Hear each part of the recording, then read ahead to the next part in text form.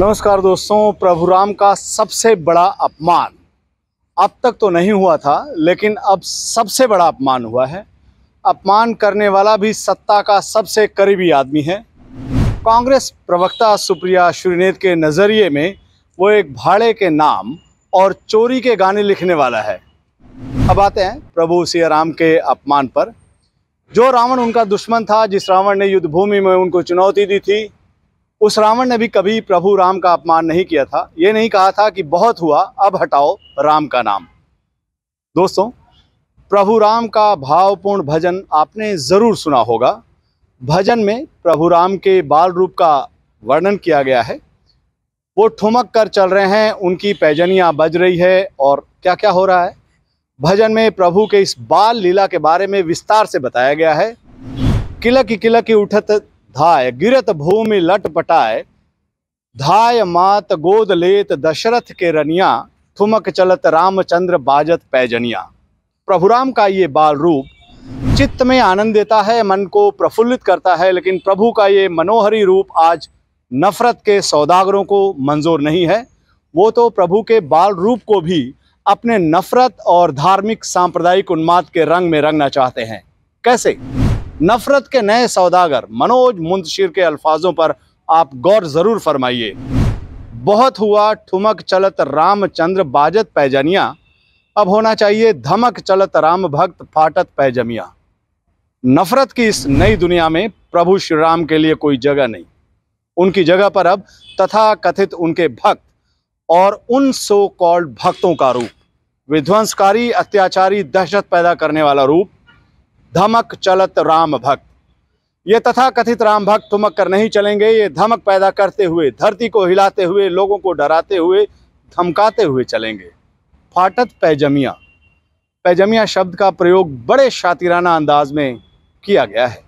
पैजामा को एक धर्म विशेष से जोड़ा गया है, एक धर्म विशेष के पहनावे से जोड़ा गया है।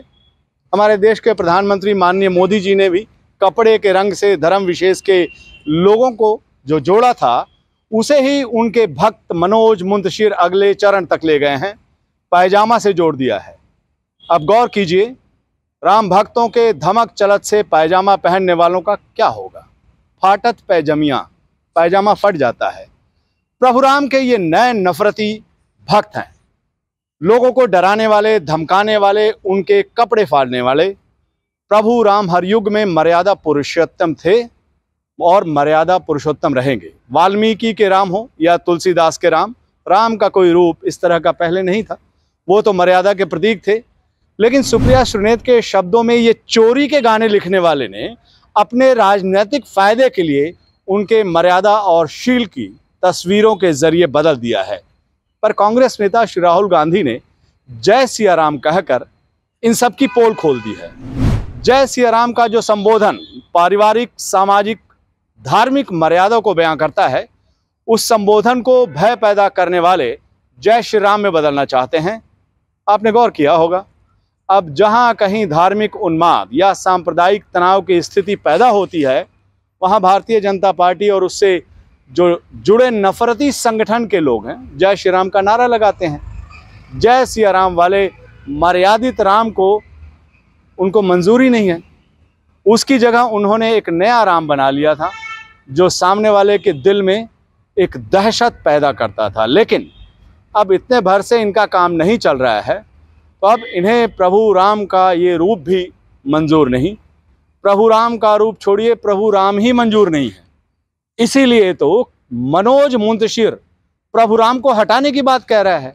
वो खुलेआम कह रहा है, बहुत हुआ ठुमक चलत रामचंद्र बाजत पैजनिया, अब होना चाहिए धमक चलत राम भक्त फाटत पैजमिया। और दोस्तों, ऐसा मत सोचिए कि प्रभु राम के इस अपमान का गुनाहगार केवल एक अकेला मनोज मुंतशिर है। एक नफरती और कट्टर सोच वाली पूरी जमात इस अपमान में शामिल है। दिमाग पर जोर देकर याद कीजिएगा, क्या सांप्रदायिक हिंसा की आंच में अपनी सियासी रोटियां सेकने वाली जमात में से किसी भी एक शख्स ने यह कहा है कि प्रभु राम का अपमान करके मनोज मुंतशिर ने गलत किया है? याद आ जाए तो मुझे भी आप जरूर बताइएगा। नमस्कार।